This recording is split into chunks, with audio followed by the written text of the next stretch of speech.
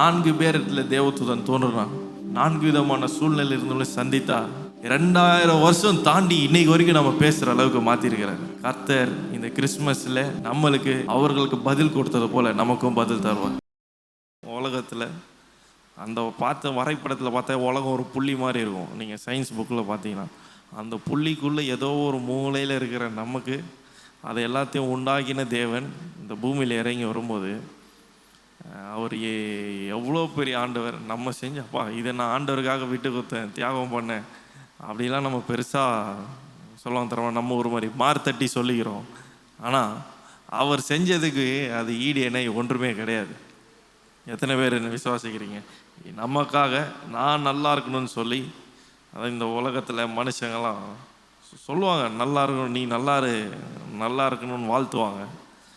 நாளைக்கு ஒரு சொந்த வீடு கட்டிட்டு வீட்டு வாசலில் ஒரு 2 கார் நிறுத்தி வைங்களேன், பாடுறான் நம்ம கூட தான் நான் திடீர்னு முன்னேறிட்டான் அப்படின்றோம்.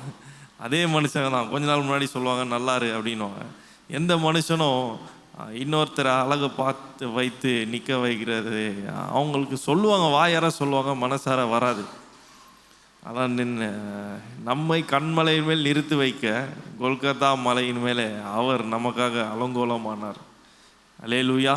நமக்கு ஜீவன் தரவே அந்த குழந்தையாக வந்த நோக்கமே என்னன்னா கல்வாரி சிலுவையில் நமக்காக மறிக்கிறான். ஆமென். அது போய் சந்தோஷமாக கிறிஸ்மஸ் கொண்டாடலாம். வசனம் எல்லாருக்கும் தெரியும். யார் யார்கிட்டலாம் தேவதூதர் தோன்றுனா 4 பேர் திருப்பி சொல்லலாம். மரியாள், யோசேப்பு, மெய்ப்பர்கள், சகரியா. 4 விதமான பேரும் 4 விதமான சூழ்நிலையில் இருந்தாங்க. ஒவ்வொருத்தா பார்த்தா மரியாள் இடத்துல ஆரம்பிக்கலாம். மரியாள் காத்து கொண்டு இருந்தாங்க. அந்த நாட்களில் கன்னிகைகள்லாம் இயேசு வருவார், மேசியா வருவார், என் வயத்தில் பிறக்க மாட்டாரான்னு சொல்லி அவங்க மட்டும் இல்லை, அவங்கள மாதிரி ஆயிரக்கணக்கான பேர் இல்லை, லட்சக்கணக்கான பேர் காத்து கொண்டிருந்தாங்க. ஆனால் அது எல்லாவற்றிலும் யார் உத்தமர் நீதிமான் என்று சொல்லி பரிசுத்தமாக வாழ்கிறோம். ஏன்னா சும்மாவா கடவுள் பூமியில் பிறக்கும் போது சும்மா யார் மூலமாக வரமாட்டார். அப்படிப்பட்ட ஆளை தேடிட்டு இருந்தார். மரியாள் காத்து கொண்டு இருந்தாங்க. நம்மளும் அநேக வேலையில் நிறைய காரியங்களுக்காக காத்திருப்போம் வாழ்க்கையில். அது குடும்பமோ, படிப்போ, வேலையோ, இல்லை குடும்ப காரியமோ, தனிப்பட்ட விதமோ, எவ்வளோ விதத்துலலாம் காத்து கொண்டு இருப்போம். இருக்கிறோமா இல்லையா? இல்லைன்னு சொன்னால் நம்ம மனுஷன் கிடையாது. யாராவது ஏதோ ஒரு காரியத்திற்காக இது எனக்கு கிடைக்காதா, இது எனக்கு சீக்கிரம் நடக்காதா அப்படின்னு சொல்லி காத்து கொண்டு இருப்போம். அப்படி காத்து கொண்டு இருக்கிற மரியாள் இடத்துல தேவத்துடன் தோன்றி முதலாவது சொல்கிறாரு, பயப்படாது. அது நீங்கள் எந்த காரியமாக இருந்தாலும் சரி, ஏதாவது அது குடும்ப ரட்சிப்புக்காகவோ இல்லை குடும்பத்தின் நன்மைக்காகவோ உங்கள் தொழில் முன்னேற்றத்திற்காகவோ எதுவாக இருந்தாலும் சரி, எந்த காரியமாய் காத்து இருந்தாலும் சரி, ஆனால் காத்திருக்கிறதுல உறுதியாக இருக்கணும். கர்த்தருக்குள்ளே காத்திருக்கணும். சும்மா நானும் வெயிட் பண்ணுறேன், வெளில இருக்கவங்களாம் வெயிட் பண்ணுவாங்க, எல்லாரும் வெயிட் பண்ணுற மாதிரி தவறாக புரிஞ்சிக்காதீங்க. அவர்களையும் நம்ம கனப்படுத்துகிறோம். இப்போ வெளியில் போகும்போது நீங்கள் ஒவ்வொரு ஆராதனை முடிச்சுட்டு போகும்போது வெளில கொஞ்சம் பேர் காத்திருப்பாங்க, பார்த்துருக்கீங்களா? நான் உங்கள் பேர் சொல்ல விரும்பல, கஷ்டப்படும், புரியும்னு நினைக்கிறேன் நான் சொல்கிறது. நீங்கள் போகும்போது உங்களால் முடிஞ்ச உதவி என்ன பண்ணிட்டு போவீங்க? செஞ்சுட்டு போவீங்க. இதோடு அவங்கள எப்போ பார்ப்பீங்க? அடுத்த ஞாயிற்றுக்கிழமை வரும்போது. அந்த மாதிரி காத்திருந்தோம்னா அப்போ ஏதாவது ஒன்று அவ்வளோதான் நடக்கும்.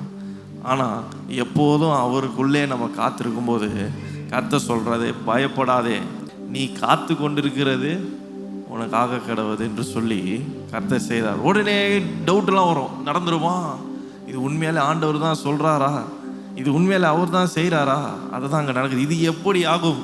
நான் இன்னும் அந்தளவுக்கு ரெடி ஆகலையே, நான் இன்னும் அந்தளவுக்கு இன்னும் ரெடி பண்ணல. நம்ம ரெடி பண்ண அவர் ஒரு டைம் வச்சுட்டாருன்னா சரி, நம்ம ரெடி ஆகலைனாலும் நம்மளை ரெடி பண்ணுற அளவுக்கு தள்ளி விட்டுருவார். சொல்லுவாங்க தரமா, நீ கற்றுப்பன்னு பார்க்குறேன், ஆனால் கற்றுக்க மாட்டேன்னு கிணத்துக்குள்ளே தள்ளி விடுற மாதிரி சில நேரத்தில் அவர் டைம் வரைக்கும் தள்ளி போகலாம். அது 5 வருடமாகலாம், 10 வருஷமாகலாம், 20 வருஷமாகலாம். ஏன் நம்ம சாவறதுக்கு 1 வருஷம் முன்னாடி கூட வாங்கலாம். 80 வயசு வச்சு வாங்கலாம். பைபிள் படி 79 வருஷம் கூட காத்திருக்கலாம். ஆனால் உங்களுக்குன்னு கொடுக்கணும்னு அவர் வைத்திருந்தா அந்த 79வது வருஷம் கூட கொடுத்து உங்களை சந்தோஷப்படுத்தி தான் இது பண்ணுவார். ஆமென். ஆனால் கர்த்தருக்குள்ளே அதை காத்திருக்கணும். ஆமென். முதலாவது மரியாதை இடத்துல எப்போ காத்திருங்க, கர்த்தர் உங்களுக்காக பெரிய காரியங்களை செய்வார். ரெண்டாவது யோசேப்பு வந்து குழப்பமான சூழ்நிலை இருந்தான். நம்ம வாழ்க்கையிலேயும் குழப்பங்கள் இருக்கும். இன்னைக்கு காலையிலே இன்னைக்கு காலையில் இருந்திருக்காது, இந்த ட்ரெஸ் எடுக்கும் போது இருந்திருக்கும், இந்த ட்ரெஸ் எடுக்கலாமா அந்த ட்ரெஸ் எடுக்கலாமா, இல்லை புது ட்ரெஸ் எடுக்காதவங்களுக்கு பீரோ உழப்பிட்டு இருப்போம், எந்த சட்டை போட்டு எதை போடலாம், இல்லை எது போடலாம் அப்படின்னு சொல்லி. ஸோ இது சின்ன உதாரணத்துக்கு சொல்கிறேன். இந்த மாதிரி வாழ்க்கையில் பல காரியங்களுக்கு குழப்பங்கள் இருக்கும். தொழிலோ படிப்பு ஏதோ ஒன்றுல கண்டிப்பாக நம்ம குழம்பி இருப்போம். எதை செய்யலாம் எதை செய்யக்கூடாது, இல்லை இது எப்படி முடியும் சொல்லி குழம்பி போயிருப்போம். அந்த இடத்துல யோசேப்பு போல நீதிமானாக இருக்கும்போது, அதுதான் முக்கியம். யோசேப்பு போல நீதிமானாக இருக்கும்போது தேவதூதன் அங்கு தோன்றினான். அவன் குழப்பத்திற்கு ஒரு பதிலை கொடுத்தார். அல்லேலூயா. கொடுத்தாரா இல்லையா? அவனுடைய குழப்பத்திற்கு அங்கே ஒரு பதிலை கொடுத்தார். அந்த பதில் சில நேரத்தில் ஆண்டவர் சொல்றதுலாம் கேட்க சந்தோஷமா இருக்கும். நம்ம படிச்சிடுவோம், பயப்படாதேன்னு. அப்பா மரியாள் கிட்ட வந்து பயப்படாதே சொல்லிட்டாரு, யோசேப்பு கிட்ட வந்து பயப்படாதே குழப்பத்துக்கு பதில் கொடுத்துட்டாருன்ற அந்த பதில் வில்லங்கத்தனமா இருக்கும். சில நேரத்தில் ஆண்டவர் செய்யறதுலாம் அப்படிதான் கஷ்டமா இருக்கும். ஒரு கல்யாணம் ஆகாத பொண்ணு இன்னைக்கு கர்ப்பமா போட்டுமே, ஊர் என்ன சொல்லல, நம்மளே 4 வார்த்தை பேசுவோம். ஏன் நம்ம அப்படி ஊர் எதாவது சொல்லுவோம், நம்மளே என்னடா இது அப்படின்னு பேசுவோம். அப்படி இருந்திருக்கிற பொண்ணு கூட ஒருத்தர் போனார்னா என்ன சொல்லுவோம்? அது எல்லாத்தையும் இந்த உலகம் பேசும்னு சொல்லியும் அதை தாங்கி யோசிப்பு ஏற்றுக்கொண்டார் பார்த்தீங்களா? ஆனால் ஆண்டவர் சொன்னார் தான். ஆண்டவர் சொல்கிற சில இதெல்லாம் ரொம்ப கஷ்டமாக இருக்கும், புரிந்து கொள்ள முடியாது, கடினமாக இருக்கும். ஆனால் குழப்பங்கள் மத்தியில் கர்த்தர் உங்களுக்கு பதிலை தருவார். ஆமென். நீங்கள் அவருக்காக காத்திருங்க, நீதிமானா இருங்க, காத்திருக்கிற காரியங்களை நேரிட பண்ணுவார், குழப்பங்களுக்கெல்லாம் நல்ல பதிலை தருவார். மூன்றாவது மெய்ப்பர்கள். அந்த நாட்டில் எத்தனையோ, அவங்க மட்டும்தான் மெய்ச்சிட்டு இருந்திருப்பாங்கன்னு எத்தனையோ மெய்ப்பர்கள் இருந்திருப்பாங்க. வேத ஆராய்ச்சியாளர் சொல்கிறாங்க, அந்த மெய்ப்பர்கள் வந்து ஒரு கூட்ட ஜனங்கள் எப்போதும் வந்து கர்த்தரை பாடிக்கொண்டே ஆராதிச்சு கொண்டே இருப்பாங்க. ஆடெல்லாம் மெய்க்க விட்டு ஓரமாக உட்காந்துருக்கும் போது அந்த டேம்பரின் மாதிரி அந்த காலத்தில் வச்சு தம்பூரோடும் எல்லாம் சும்மா புள்ளங்கள் எல்லாம் வச்சு பாடி கர்த்தரை ஆராதித்து கொண்டு இருந்தாங்க. அவர்களை போல நம்முடைய வாழ்க்கையிலும் தனிமையில் இருப்போம். யாரும் இல்லை, என்னை பார்த்துக்கிறதுக்கு யாரும் இல்லை. சிலர் தகப்பனை இழந்துருப்போம், தாயை இழந்துருப்போம்,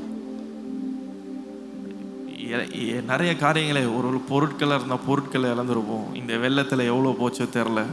சொல்லலாம், துணிமணின்னு ஈஸியாக வாயில் சொல்லிடலாம், ஆனால் அதை திருப்பி வாங்கணும், வீடு மெயின்டைன் பண்ணுறது, இது பொருட்கள் பரவாயில்லைங்க. ஆனால் மனசில் எவ்வளோ காரியங்களை நம்ம இழந்திருப்போம். குடும்பத்தின் காரியங்கள் இழந்து தனிமையில் இருக்கிறோமா? கர்த்தர் அவர்களை தேடி வந்தார்.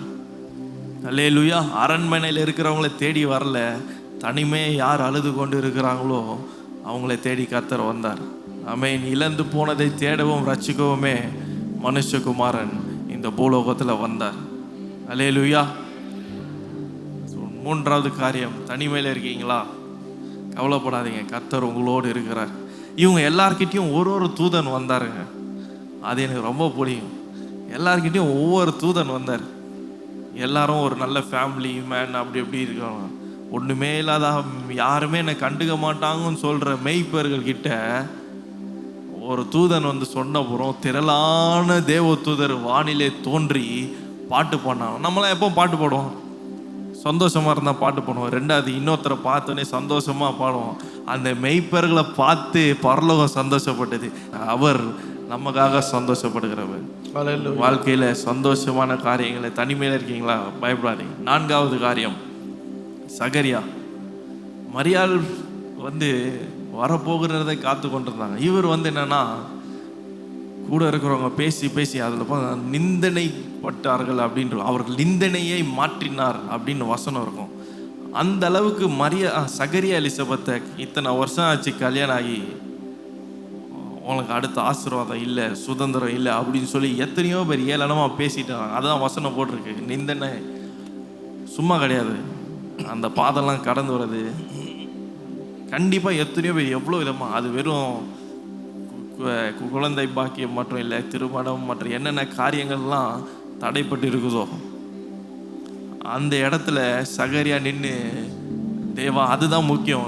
சும்மா 4 பேர்கிட்ட ஆண்டவர் தேவதூதன் தோன்றல, நான் அந்த 4 பேரும் ஆண்டவரோட எப்படி இருந்தாங்கன்னு தான் முக்கியம். சகரியா தன்னுடைய வரிசையின்படியே கர்த்தருடைய ஆலயத்திலிருந்து தேவனுக்கு தூபம் காட்டி கொண்டிருக்கிற வேளையிலே அந்த நேரத்தில் தேவதூதன் நின்றான் பக்கத்தில். அப்போ சொல்றாரு, உனக்கு ஒரு பையன் பிறப்பான். மரியாள் கிட்ட வச்சு இது எப்படி ஆகும் அப்படின்னு யோசிச்சாங்கன்னு தேவதூதன் பாவப்பட்டு இல்லை நடக்கும்னு சொன்னார். நம்மால் யாரு? ஊழியக்கார், பாஸ்டர்.